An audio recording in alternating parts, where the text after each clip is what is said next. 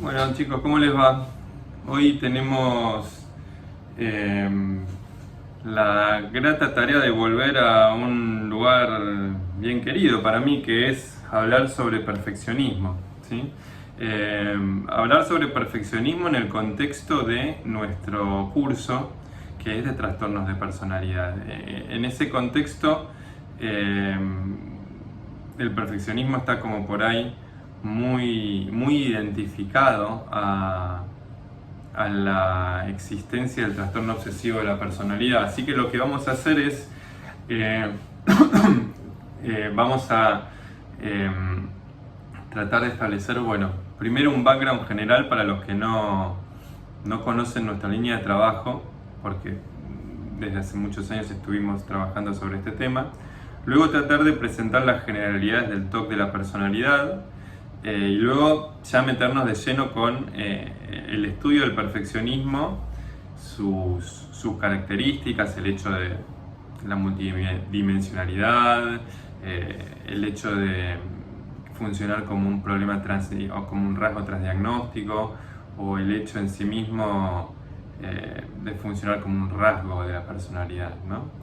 Y cómo se conecta eso con la teoría. Vamos a ver también hallazgos meta-analíticos, que es un poco una síntesis de distintas investigaciones. Vamos a ver también teoría, un poquito, cuáles son las teorías por ahí más vigentes, y vamos a ver, y bastante, tratamiento, ¿sí? O sea, desde distintos autores, desde nuestros propios capítulos y publicaciones, y un poco tratar de reflexionar al final acerca de qué se puede hacer o qué no se puede hacer con un paciente que tenga estas características. Entonces, de vuelta, no vamos a hablar tanto del TOC de la personalidad, sino del perfeccionismo, porque básicamente el perfeccionismo está sobre representado en el TOC de la personalidad, pero no es excluyente. Por lo tanto, la clase de hoy está pensada también para que les sirva no solo para ilustrar un poco el caso del TOC de la personalidad, sino más que nada para tener una herramienta de trabajo que les permita aplicar a distintos diagnósticos. Tal es un poco la esencia del curso, ¿sí? Así que nada, arranquemos y veamos a continuación cuáles son los primeros pasos. Primero y principal, nuestra línea de trabajo, ahí como observan, empezó formalmente, disculpen, empezó formalmente en el año 2008, ¿sí? A través de un proyecto de investigación que realizamos con Adriana. El título del proyecto se llamaba Un estudio sobre perfeccionismo en estudiantes universitarios argentinos y su relación con el malestar psicológico, calidad de vida y rendimiento académico. Horrible título, larguísimo, pero bueno, básicamente fue nuestro primer proyecto subvencionado y el primer proyecto subvencionado de la cátedra, ¿no? de psicoterapia de la UBA. Ahí empezamos a hacer nuestros primeros rudimentarios pasos en lo que son los proyectos subsidiados de ciencia y técnica. Después, bueno, en la previa hay una prehistoria de esto que venimos estudiando con Adri el tema del perfeccionismo desde el año 2002, ¿sí? 2001 quizás. En el 2002 publiqué un artículo que se llamaba Fobia social circunscripta vista como un problema de perfeccionismo o algo así. Si quieren después les paso el PDF, que era un diseño de caso único sobre un caso de fobia social en donde se caracterizaba el perfeccionismo. En esa época, en realidad, más allá de lo rudimentario de lo que estaba haciendo, era un diseño de caso único en donde, como indicadores de perfeccionismo, recuerdo que había utilizado unas subescalas del MMPI-2, porque era lo poco que tenía en ese momento para evaluar perfeccionismo. No había, en el año ese, o sea, hace 20 años atrás casi, no había nada en castellano, o mejor dicho, yo no sabía, ¿sí? Después me enteré que en el año 96 había una escala mexicana de perfeccionismo, muy curiosa. Aguilar es el autor, que prácticamente no está citada en ningún lugar de la bibliografía y la descubrí en su momento para hacer mi tesis doctoral, allá por el año 2006. Luego, entonces, establecí esta inquietud. Lo primero que tratamos de hacer fue empezar a estudiar sobre el tema. Esa formalización y ese estudio nos invitó a realizar distintas revisiones sistemáticas del tema y a generar obviamente la inquietud de desarrollar una escala que mida perfeccionismo para no usar medidas más indirectas como la que había usado yo para aquella investigación que se publicó en el 2002, ¿sí? En ese sentido vimos que la APCR, la Almost Perfect Scale Revised, la escala casi perfecta revisada, era como la escala que por ahí cumplía dos requisitos fundamentales para nuestra elección. El primero y principal es que era gratis y de libre difusión, por lo tanto cualquier investigador podía utilizarla sin pagar, cosa que para alguien que recién se recibe, como recién estaba empezando en ese momento, era un dato importante. Y otra cosa era que planteaba una concepción del perfeccionismo un poco más amplia que la de otros autores, que lo vamos a ver ahora a continuación cuando hablemos un poquito de la reseña histórica, ¿sí? Entonces, vamos a suponer un poquito de cuando terminó el proyecto del 2010, el primer UASIT que tuvimos otro UASIT, ¿sí? Y ya ese otro UASIT empezó a perfilar la idea de hacer una intervención, que eso dio lugar después a un libro de UDEVA en donde se publicó los resultados de esa investigación, ¿sí? Hubo un artículo científico, ¿sí? Se publicó en una revista, me sale Cognitive Behavioral Therapy, pero no es Cognitive Therapy, no me acuerdo cómo se llama la revista, pero está buena, es una revista que tiene índice de impacto, inglesa, no me acuerdo ahora el nombre. No es de las grosas. Behavioral Research and Therapy y Cognitive Therapy and Research son las más grosas. Bueno, después vienen un par y ese otro par es ahí donde las publicamos. Me olvidé decir, en el 2009, o sea, como una consecuencia directa de nuestro primer proyecto de investigación, ahí en lugar de realizar una escala nueva, bueno, empezamos la adaptación de la escala APCR. Así que la primera, hasta donde yo tengo uso de razón, la primera escala directa de perfeccionismo traducida, porque ya existía esta de los mexicanos que les comentaba, la primera escala traducida al español de una de las grandes líneas del estudio del perfeccionismo fue la que hicimos nosotros. La traducción la hicimos en el 2006, pero después la formalización, o sea, todo el proceso de retrotraducción, toma de muestras, muestreo piloto, etcétera, etcétera, redundó en que recién en el 2009 existiera la publicación en la revista cordobesa Evaluar, que es una revista especializada en psicometría. Desde esa publicación en adelante, bueno, se obtuvo por primera vez una medida de perfeccionismo validada para Argentina y eventualmente válida para ser utilizada en distintos países de habla hispana.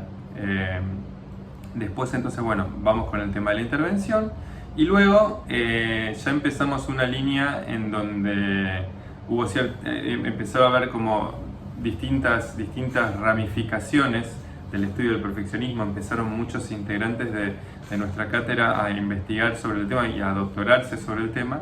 Yo me doctoré con este tema en el 2012, ¿sí? Es muy pintoresco mi carrera en el doctorado, porque empecé el 6 del 6 del 6 y terminé el 12 del 12 del 12. ¿Sí? A lo largo de esos 6 años hice toda mi tesis doctoral y después eso me permitió empezar a ponerme en contacto con el doctor Kenneth Rice, que trabajaba en ese entonces, ya creo que ya trabajaba en la Georgia State, no me acuerdo.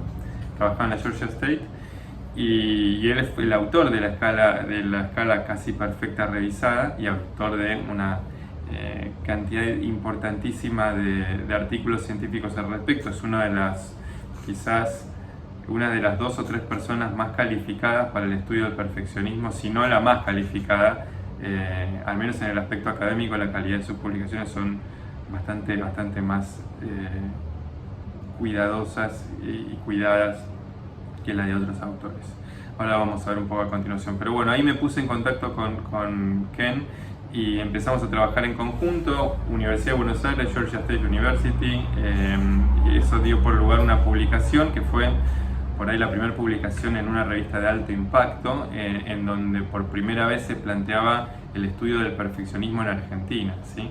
Antes habíamos tenido una publicación con mi amigo y colega Luis Furlan, también en una publicación en una revista de impacto, sobre el tema de ansiedad frente a los exámenes y grupos de perfeccionistas. Lo que pasa es que ahí la publicación estaba más centrada en los dos aspectos, ¿no? O sea, en cuál es el grado de ansiedad frente a los exámenes de los perfeccionistas y no tanto en el estudio más estricto de qué diferencias hay a nivel cultural entre un perfeccionista americano, yanqui, estadounidense o un perfeccionista en Argentina, ¿sí?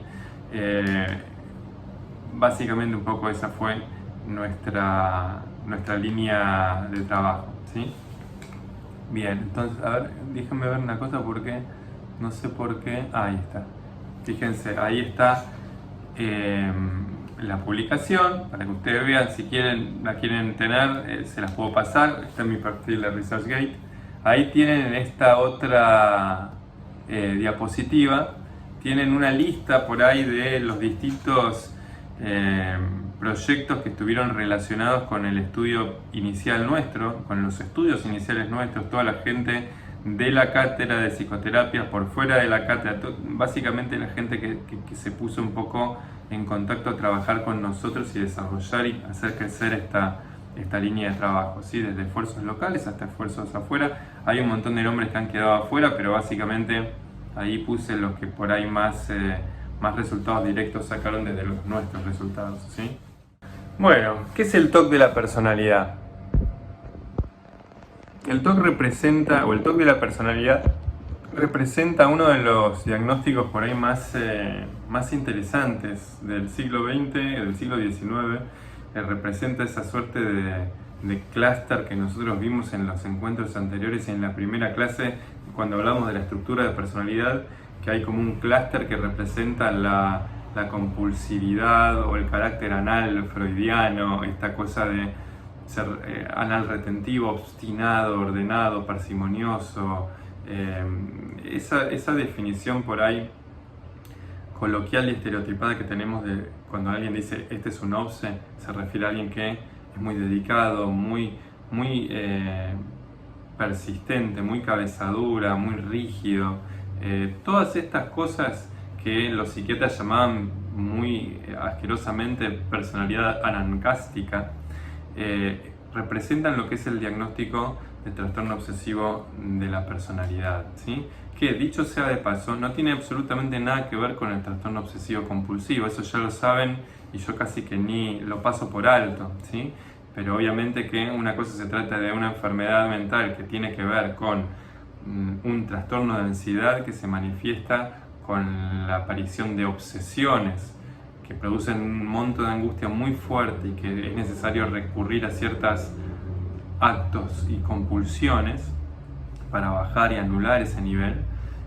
Y otra cosa es un problema de personalidad que tiene que ver con ser rígido a nivel cognitivo y eventualmente ser una persona muy exigente consigo mismo y con los demás y tener como mucha predilección por los logros y las metas personales y ser muy compulsivo en eso a expensas del resto de las cuestiones como la comodidad de la vida afectiva o la vida emocional, ¿sí? El trastorno obsesivo de la personalidad no tiene mucha historia por detrás porque básicamente siempre es una de las entidades en la historia de la psicopatología más estables, les diría yo. Junto a la psicopatía da la sensación de que son las que menos resultados, menos ha cambiado en términos conceptuales, en términos de estructura nosológica, ¿sí? Fíjense, cambiaron el nombre, ¿sí?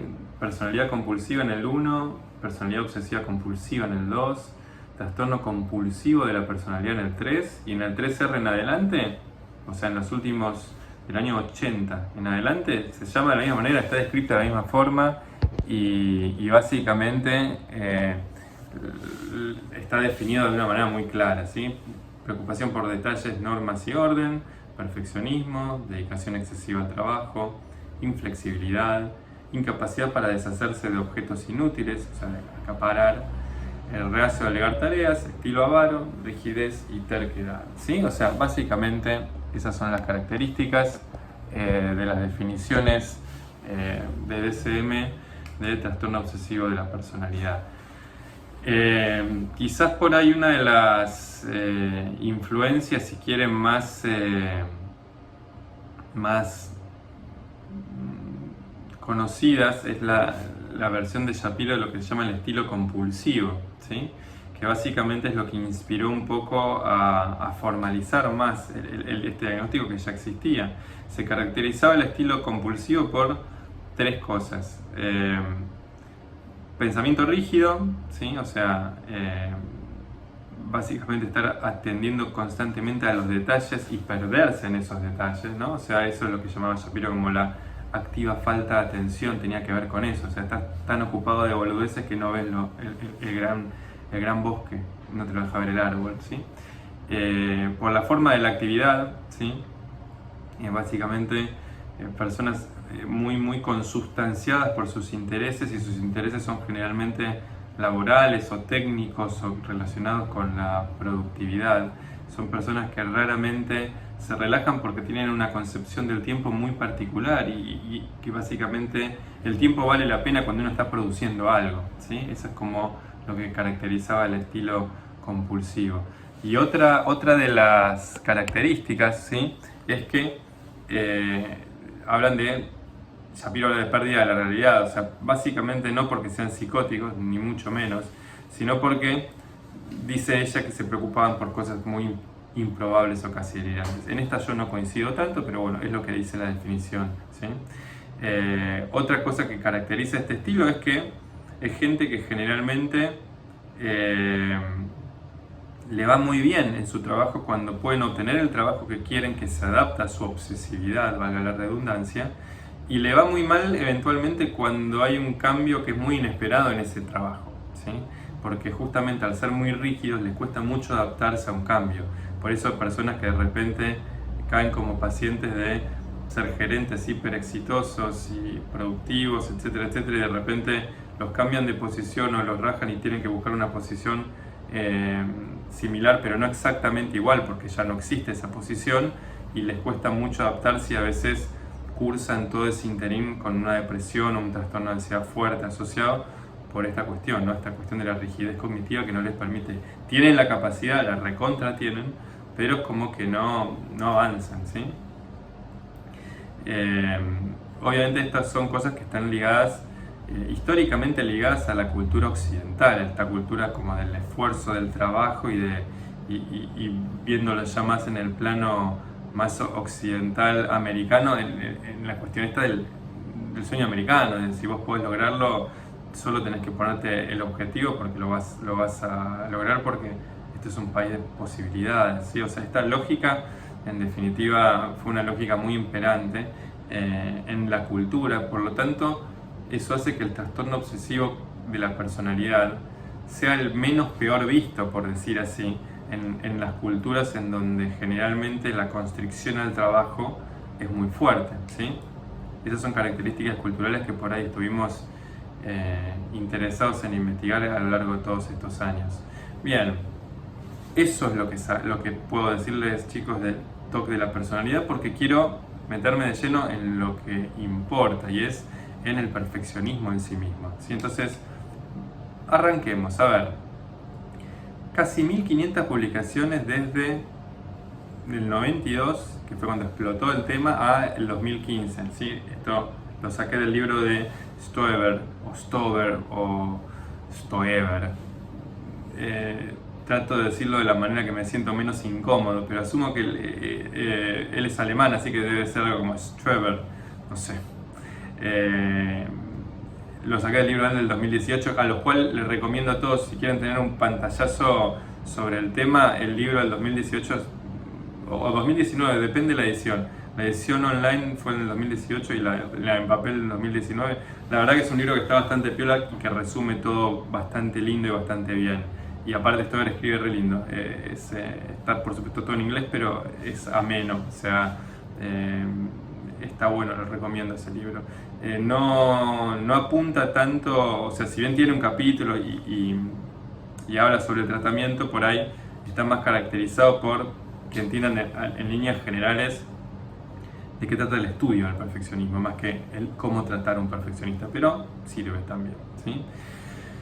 44 de las publicaciones están hechas en los últimos 4 años, o sea, ¿qué significa esto? Que en el año 2010 en adelante empezó a crecer zarpadamente la publicación sobre el perfeccionismo, y si bien los datos están recabados hasta el 2015, no tengan ninguna duda que esto sigue creciendo, ¿sí? Porque lo sigo viendo, porque, a ver, me lo dice no mi intuición, me lo dice mi Google, mi alarma de Google. Yo pongo en la alarma de Google que me tire todos los papers que salen sobre perfeccionismo, y aunque les parezca mentira, todos los días tengo 4 o 5, ¿sí? También tengo una alarma que me dice todos los papers sobre rupturas amorosas, que es el otro tema de investigación, y tengo uno cada 3 días, a veces uno por semana, ¿sí? O sea, específicos de ruptura amorosa tengo uno cada 3 meses. De perfeccionismo hay todos los días y más de uno, así que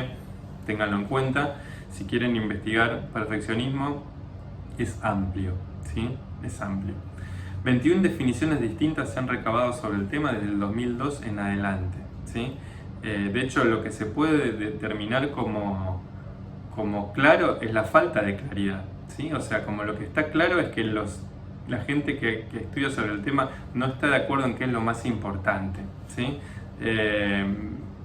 El debate sigue existiendo, ¿sí? O sea, si el perfeccionismo es búsqueda por la excelencia, si es el deseo de superación personal, si es darte con un caño, si es exigirle mucho a los demás.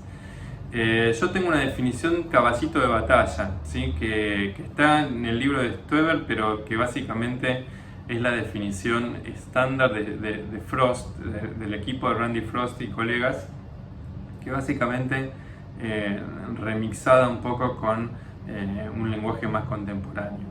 El perfeccionismo es un rasgo transdiagnóstico de la personalidad que se caracteriza por la posesión de altos estándares de desempeño en conjunción con una evaluación excesivamente crítica de los mismos. Todo lo que tienen que saber sobre el tema está ahí, en esa definición.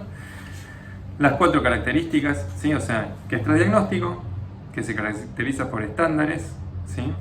Y que esos estándares están sometidos a una evaluación particularmente crítica de los mismos. El aspecto que falta, que no está en la definición, es el que se deduce de la definición, y es que no solo es transdiagnóstico, sino que también es multidimensional, porque evidentemente no se caracteriza por un solo aspecto el perfeccionismo. No son solo aspirar a la excelencia, tener estándares elevados, sino también mínimo tener esos estándares, pero también ser muy crítico sobre esos estándares. Bien, entonces esto nos lleva al tema de las distintas dimensiones y cómo empezó el asunto, ¿sí? ¿Cómo empezó el asunto? Este es el cuadro de la escuela de Atenas, de Rafael, en el 1600 y pico creo que lo hizo. Retrataba una salida, no sé si es una salida, una charla, un camino recreativo entre Platón y Aristóteles, ¿sí? Platón señala las formas puras del cielo, ¿sí? y Aristóteles señala lo terrenal, ¿sí? O sea, básicamente lo que puedo observar con mis sentidos es lo que vale, y para Platón lo que puedes observar con tus sentidos es como una suerte de aproximación, ¿sí? Básicamente un autor que se llama Ben Shahar utilizó este cuadro como una explicación de lo que es un perfeccionista adaptativo y uno desadaptativo, ¿sí? Lo vamos a ver a continuación, pero el cuadro está acá porque justamente acá se empezó un poco a hablar de el deseo por la excelencia. Desde esa época se empezó a hablar, ¿sí? Hay una primera etapa en el estudio histórico del perfeccionismo que está caracterizada por ser, yo la llamé en mi tesis doctoral la etapa anecdótica, porque básicamente tiene mucho de historia, mucho de caso clínico, mucho de anécdota, y esencialmente no hay papers, no hay investigación sistemática que te puedas incluir en un metaanálisis luego. O sea, es todo descripción de casos clínicos y teoría y conceptos, apuntes teóricos, ¿sí? Fundamentalmente psicoanalíticos, porque era los que más estudiaban el tema en esa época. Estamos hablando de el siglo pasado, ¿sí? Hasta desde 1930, si se quiere, en adelante, desde Freud hablando del carácter anal en adelante. Esto era lo que se hablaba al respecto, y básicamente era algo malo y una sola dimensión, ¿sí? O sea, básicamente el perfeccionismo era algo malo, era algo patológico y ya, ¿sí? Luego vino la etapa empírica, ¿sí? O lo que yo llamé imprudentemente como la etapa empírica, que empezó para mí en los años 90 con el paper de Randy Frost acerca de la escala multidimensional de perfeccionismo, y después al toque, casi meses después, salió la escala con el mismo nombre, pero de Hewitt y Fleet, ¿sí? Paul Hewitt y Gordon Fleet investigan en la Universidad de British Columbia en Canadá, y básicamente planteaban una visión distinta del perfeccionismo. La visión de Frost estaba heredada un poco de su expertise en el campo de la teoría cognitiva de los trastornos obsesivos compulsivos, ¿sí? Venía del TOC. Por eso las dimensiones que él tiene para describir el fenómeno del perfeccionismo tienen mucho que ver con cosas del TOC, ¿sí? Mezcladas con otras cosas que no son estrictamente del TOC. Enunciamos nada más: preocupación por equivocarse, dudas sobre las acciones, estándares personales, expectativas paternas, críticas paternas y organización. 6 dimensiones tiene la escala de Frost. En cambio, la de Hewitt y Fleet tiene 3 dimensiones, pero están orientadas desde otro lugar, ¿sí? O sea, la orientación que tienen la de Hewitt y Fleet son interpersonales, porque direccionan el concepto, ¿sí? La escala de Frost es una escala típicamente cognitiva de la primera época, ¿sí? O sea, donde describe un fenómeno intrapsíquico y nada más, y sus dimensiones, fundamentalmente sus dimensiones cognitivas. La escala de Hewitt y Fleet en realidad lo ve como el perfeccionismo hacia 3 direcciones, ¿sí?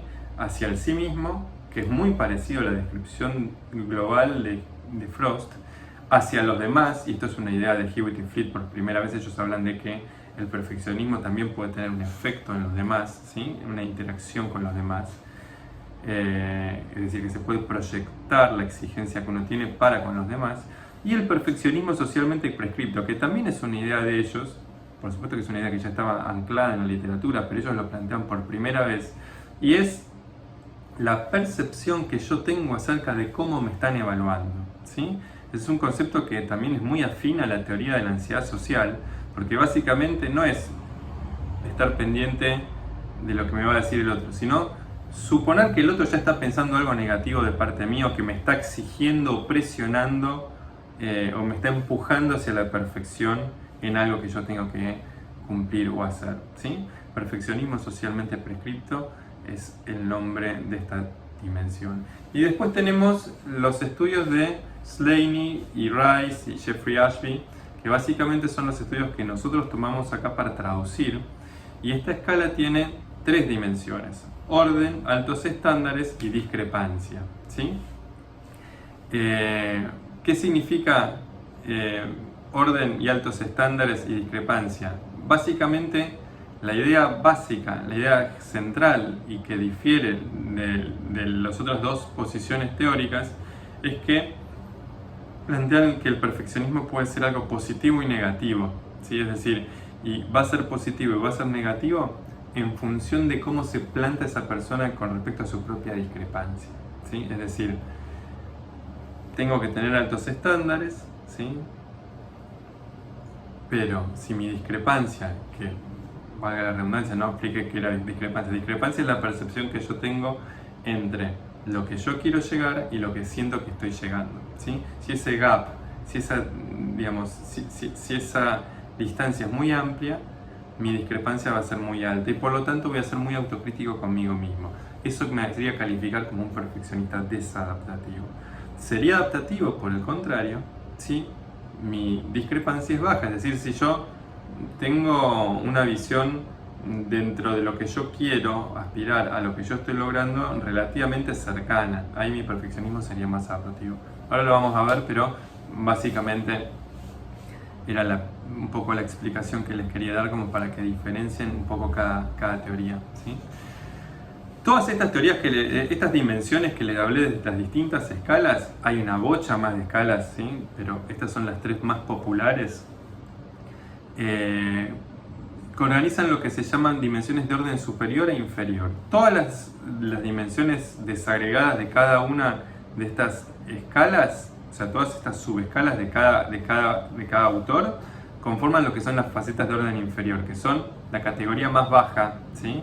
De la descripción de el funcionamiento de una persona perfeccionista, ¿sí?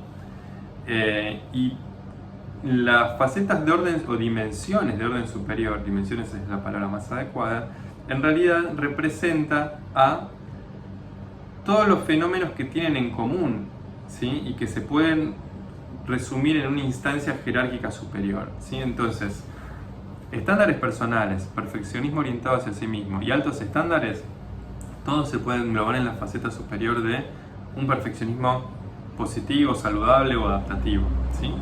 Y todas las facetas que tienen que ver con preocupación por cometer errores, dudas sobre las acciones, perfeccionismo socialmente prescripto y discrepancia, tienen que ver con una dimensión de orden superior de un perfeccionismo negativo, ¿sí?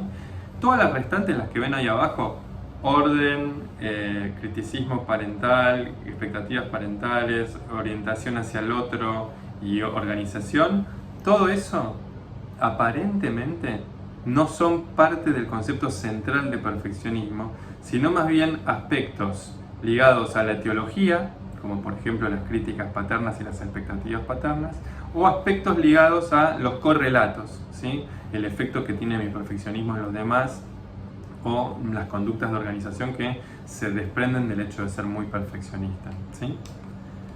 Bien. Ahora veamos entonces de vuelta un segundito el tema de el perfeccionismo adaptativo y desadaptativo. Este es un cuadro que hizo Stoeber y Otto en un artículo clásico del 2006 que todo aquel que quiera investigar sobre o indagar sobre el aspecto adaptativo y desadaptativo del perfeccionismo, yo les recomendaría que empiecen por este artículo. Es un artículo de revisión sistemático muy prolijo y muy interesante, muy bien escrito, y en donde habla acerca de cómo se puede conceptualizar el tema del perfeccionismo, un poco como se los hablé. Hay un perfeccionismo, básicamente hay una dimensión, ¿sí? Ahora pensemos en las dimensiones de orden superior, ¿sí? La dimensión de preocupaciones perfeccionistas es la dimensión que tiene que ver con este perfeccionismo negativo que yo les hablaba, que tiene que ver con la autoevaluación exigente que la persona se hace, ¿sí?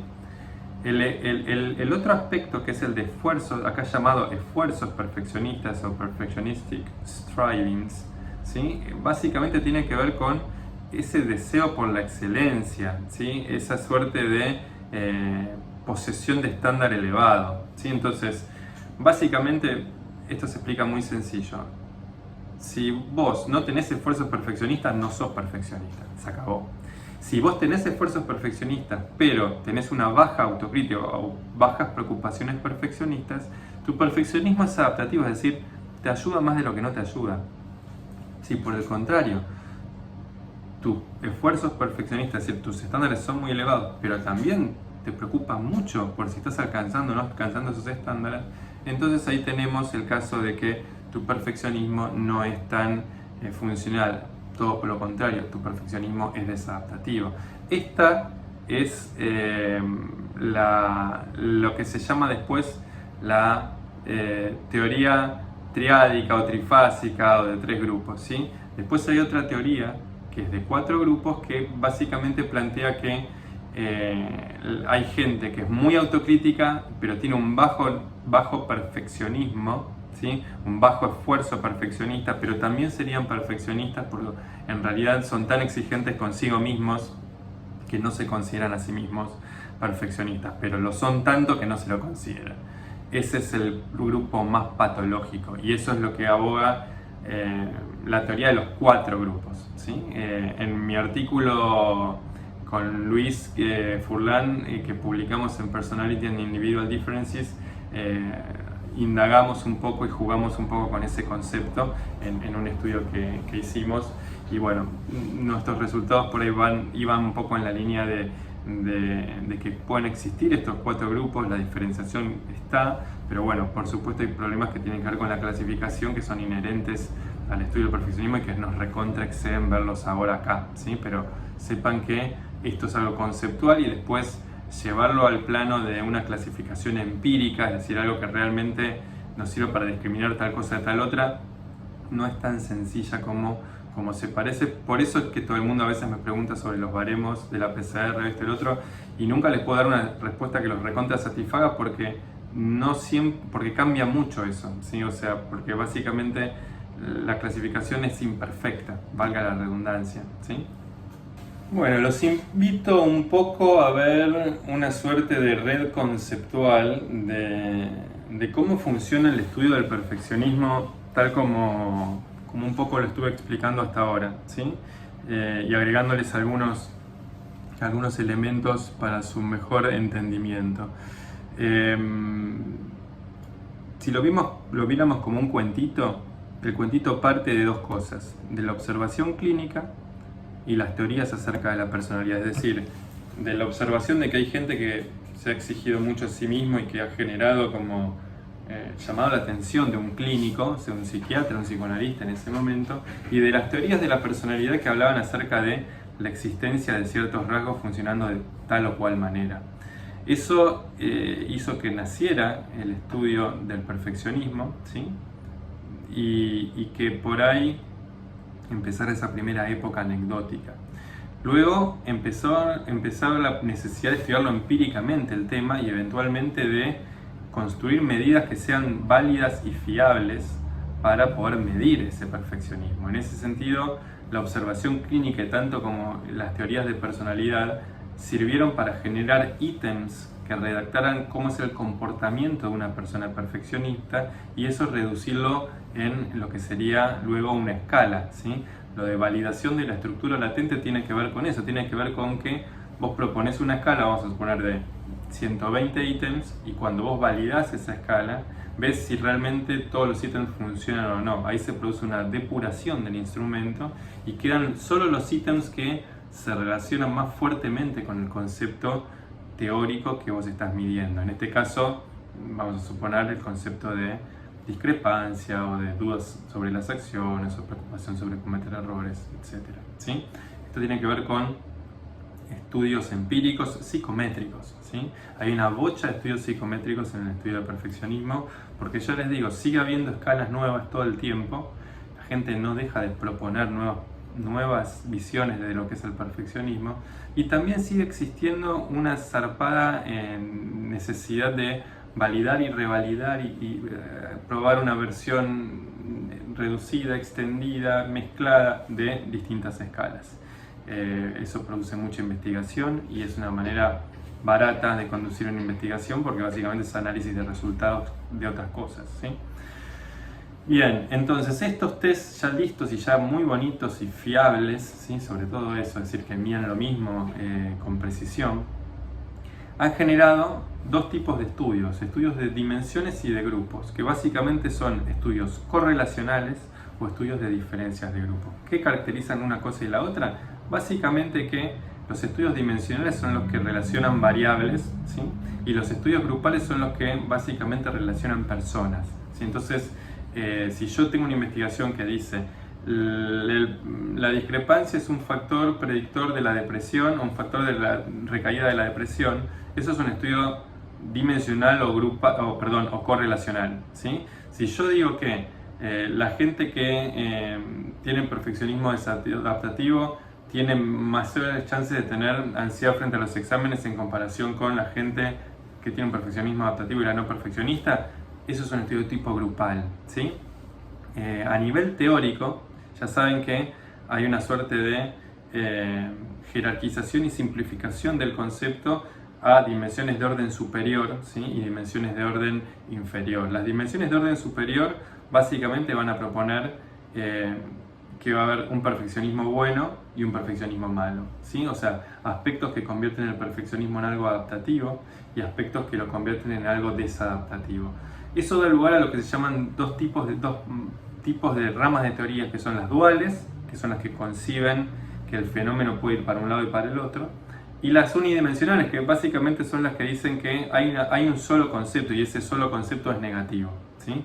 Que hereda por ahí las viejas concepciones acerca de lo que era el perfeccionismo en la etapa anecdótica, ¿sí? O sea que esto es por ahí un gran pantallazo de la historia del estudio del tema del perfeccionismo, ¿sí? Como para que ustedes lo tengan y organicen su estudio en la manera de cuando quieran abordar un poco el estudio, si quieren abordar el estudio. Ahora veamos algo que está como más de moda, ¿sí? Y es plantear el perfeccionismo como un fenómeno transdiagnóstico, ¿sí?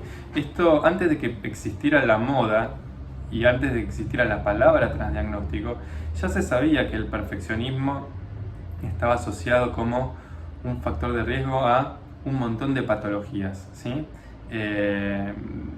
Y de alguna manera el tema se retomó muy fuertemente dentro de la terapia cognitiva, dentro del grupo de, por ejemplo, de Oxford, de Sarah Egan, de Way, de Ross Shafran. O sea, ellos lo tomaron básicamente como con la idea central de que el perfeccionismo puede funcionar perfectamente como un factor de mantenimiento de la patología, ¿sí?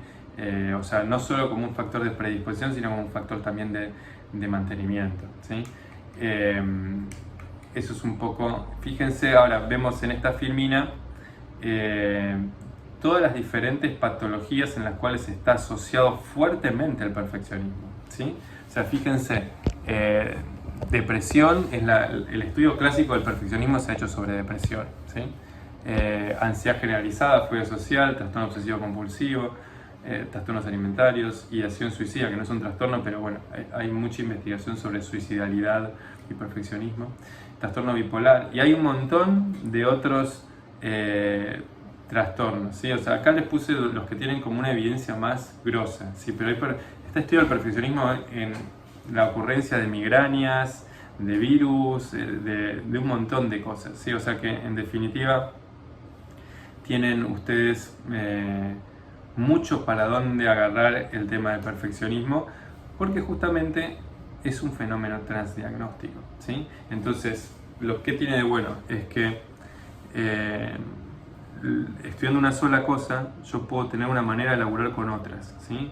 De hecho, la idea a nivel conceptual es que el perfeccionismo en realidad te permite explicar las altas tasas de comorbilidad que tienen ciertos trastornos, ¿sí? O sea, en realidad más que distintos trastornos que conviven, es un proceso transdiagnóstico que se da en distintas patologías, ¿sí? Por eso esta clase a propósito no está funcionando en realidad, no está en función del trastorno obsesivo de la personalidad, ¿sí?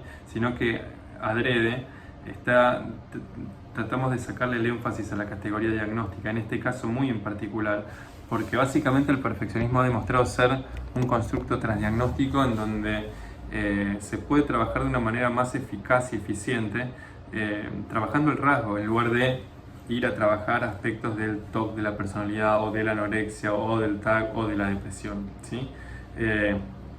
Por supuesto, y esto también hay que aclararlo, no es que toda depresión va a tener características de perfeccionismo o toda fobia social, ¿sí? O sea, hay gente que claramente no tiene esta característica, pero no obstante, todo aquel que sí la tiene, uno se puede manejar con lo que ya está investigado sobre el tema en líneas generales, ¿sí? Entonces, de alguna forma, es un estudio más eficiente para aquel que quiere especializarse en procesos transdiagnósticos, estudiar uno de ellos en lugar de estudiar las patologías en donde por ahí se lo encuentra más ese proceso transdiagnóstico, ¿sí? Bien, vamos entonces ahora a hallazgos metaanalíticos, ¿sí?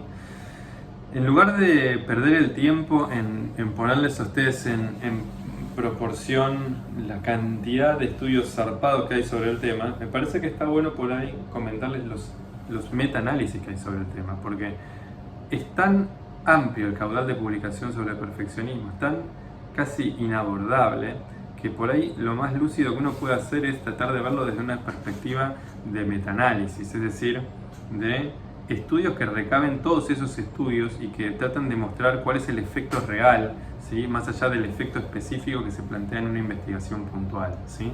Para eso, las técnicas de evaluación, de análisis de datos metaanalíticas te permiten dar cuenta de un resultado en función del tamaño de efecto y no tanto del nivel de significación. Que no importa ahora, digamos, la diferencia, pero básicamente nos genera como resultados más confiables, ¿sí?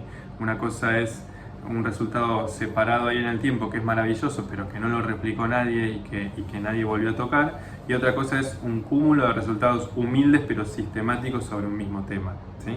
Entonces, generalmente si ponemos ese resultado disparatado, sí, disparatado por lo genial, ¿no? O sea, en relación con el resto de los resultados, seguramente que se genera un cuadro de situación mucho más coherente, en donde ese resultado por ahí no vale tanto, no pesa tanto, que todo el cúmulo de otros resultados, en donde por ahí se da sistemáticamente algo de una manera en donde es contundente la magnitud de efecto de ese resultado, ¿sí?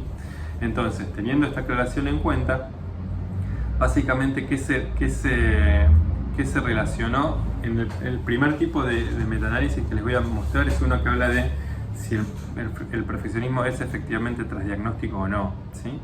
¿Qué se descubrió? Se descubrió que los esfuerzos perfeccionistas están menos relacionados con la psicopatología que las preocupaciones perfeccionistas, en particular en poblaciones no clínicas. Obvio, esto es una obviedad, pero les aclaro que está confirmado, ¿sí? O sea, básicamente el perfeccionismo positivo no está relacionado con psicopatología, salvo ¿sí? El caso del trastorno alimentario, el caso de la anorexia, en donde aparentemente están relacionados tanto el aspecto positivo como el negativo del perfeccionismo, es decir, el esfuerzo perfeccionista junto a la preocupación perfeccionista, o sea, la parte positiva o la parte negativa, ¿sí?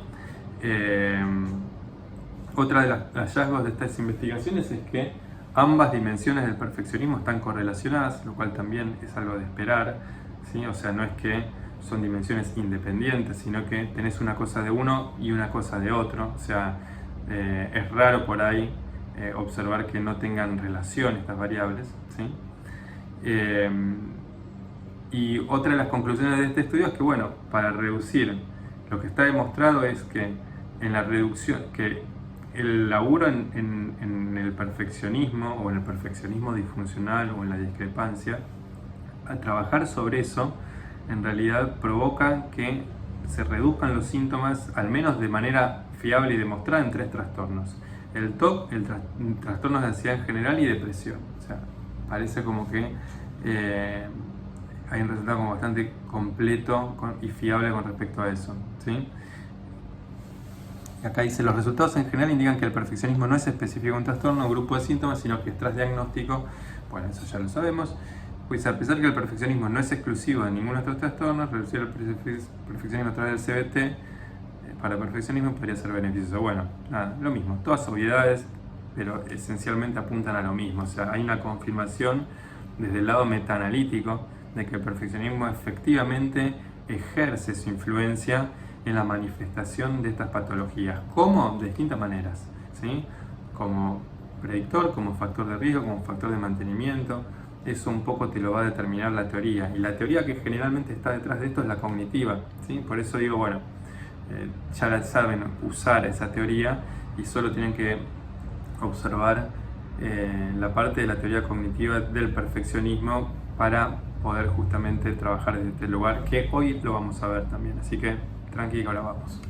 Bueno, siguiendo en el tren de los hallazgos metaanalíticos, tenemos un estudio que es sobre depresión y neuroticismo, ¿sí?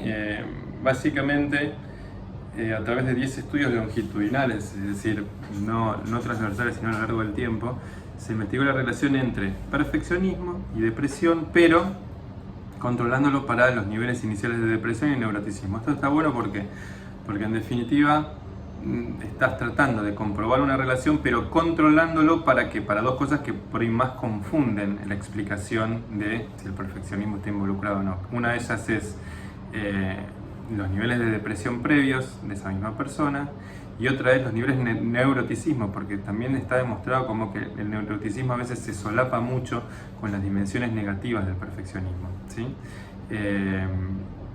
Bueno, resultado, las 7 dimensiones de perfeccionismo de 2 escalas mostraron pequeñas asociaciones pero positivas con depresión, aun cuando se controlan estas variables, ¿sí?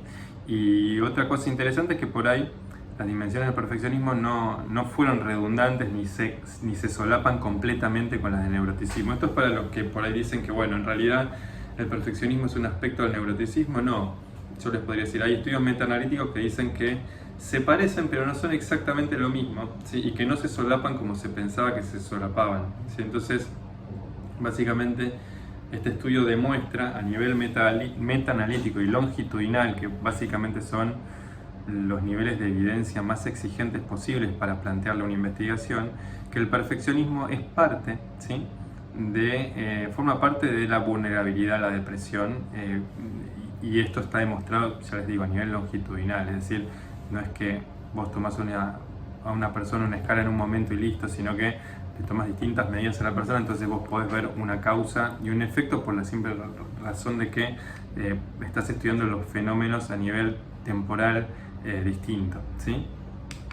Bien, lo mismo para el estudio del perfeccionismo y ansiedad. También se hicieron se hicieron metaanálisis, esta vez un poquito menos, solo 11 estudios, y básicamente, digamos, se encontraron cosas mucho menos interesantes, si se quiere, pero bueno, en definitiva, las escalas de Frost, lo cual no es casualidad, ¿sí? Porque Frost básicamente, ya les decía que investigó sobre el tema desde el lado más psicopatológico, predijeron incrementos de ansiedad a lo largo del tiempo, aunque todos estos fueron como mínimos, ¿sí? Por otra parte, las escalas de Hewitt y Fleet, el perfeccionismo socialmente prescripto y el perfeccionismo hacia sí mismo, no predijeron cambios en los niveles de ansiedad, ¿sí? Básicamente, lo único que se pudo comprobar entonces es que, si bien hace 50 años se investiga la relación ansiedad-perfeccionismo, lo único que se puede saber es que las dimensiones de Frost, sobre todo la preocupación por cometer error y dudas sobre las acciones, están relacionadas con incrementos en los niveles de ansiedad a lo largo del tiempo, ¿sí? Y que las dimensiones de Hewitt y Fleet en realidad no se relacionan tanto con esto. ¿Cuál es la lectura que se puede hacer y la interpretación? Es, a ver, las dimensiones de perfeccionismo que más estaban relacionadas conceptualmente con la descripción de una psicopatología, porque la habían hecho a partir del estudio del TOC, porque eso fue la escala de Frost, es la que lógicamente más va a estar relacionada con trastornos de ansiedad, porque básicamente vienen del mismo lugar, lo cual llega un poco a cuestionárselo, ¿sí? O sea, no hay investigaciones en más de 50 años de estudio, no hay investigaciones lo suficientemente fuertes, rigurosas, con otras escalas que te permitan por ahí poner esto en otra perspectiva. Sí las hay con otras escalas y fuertes y copadas, pero no longitudinales, ¿sí? Entonces, bueno, ¿cuál es el corolario de esto? Más investigación longitudinal con más escalas fiables que no tengan ese sesgo patológico como tienen la de Frost y la de Hewitt y Fleet. Por eso nosotros, nuestro equipo de investigación, siempre recomendamos la PCR, más allá que las otras también son buenas, pero bueno, la PCR te permite justamente analizar el fenómeno positivo y negativo que la otra no te deja, ¿sí? Las otras escalas. Bien, a ver, perfeccionismo como rasgo de personalidad, este es el subtítulo de esta cuestión. Históricamente el perfeccionismo se ha visto como un rasgo de personalidad, eso se los dije al principio de la clase. No obstante, algo muy loco y muy llamativo es que no está incluido en los modelos más populares de personalidad. O sea, los modelos que vimos al principio de la clase número 1, el modelo de los 5 factores o el modelo de Exaco, que es el que agrega unos factores más, no están incluidos, no está incluido el perfeccionismo, ¿sí? Se sabe que se parece, ¿sí? El neuroticismo se parece y se solapa con preocupaciones perfeccionistas, o sea, con el aspecto negativo del perfeccionismo, y se sabe que se solapa, quizás acá el solapamiento es mucho más fuerte, la escrupulosidad con los esfuerzos perfeccionistas o la parte positiva del perfeccionismo, pero los límites no están tan claros, ¿sí? O sea, si bien les comentaba recién una investigación en donde se demostraba que neuroticismo no es lo mismo, ¿sí? Escrupulosidad tampoco es lo mismo, pero se solapan bastante los conceptos, ¿sí? Yendo aún más en profundidad sobre el tema de la carencia del perfeccionismo en los sistemas teóricos y clasificatorios actuales. El DSM-5 considera que el perfeccionismo rígido es central en la definición del toque de la personalidad, ¿sí? Pero de todas maneras se demostró que en los únicos lugares en donde por ahí está investigado, ¿sí? el perfeccionismo es en toque de la personalidad, esquizotipia, trastorno límite y antisocial, ¿sí? Y también el narcisismo. Y lo que se encuentra, lo que se sabe del perfeccionismo aplicado a los trastornos de personalidad es que está presente la parte positiva del perfeccionismo en el toque de la personalidad, lo cual es una obviedad, era lo que uno tendría que esperar. Y está presente el esfuerzo perfeccionista, pero en relación negativa con esquizotipia, TLP y trastorno antisocial. ¿Qué significa esto? Que a mayores niveles de perfeccionismo positivo, menores niveles de esquizotipia, menores niveles de TLP y menores niveles de antisocial. ¿Qué lectura uno puede tener sobre esto? Es que el lado positivo del perfeccionismo, que está asociado al control de los impulsos, quizás a un control excesivo de los impulsos y a una estabilidad emocional, ¿sí? No está relacionado, o mejor dicho, está relacionado negativamente con problemas ligados a la impulsividad como el TLP o el antisocial. En la esquizotipia se da distinto, no se explica muy bien por qué se da distinto, porque la esquizotipia no se caracterizaría por eso, pero bueno, ese es un resultado que está ahí y que también está para la parte negativa del perfeccionismo.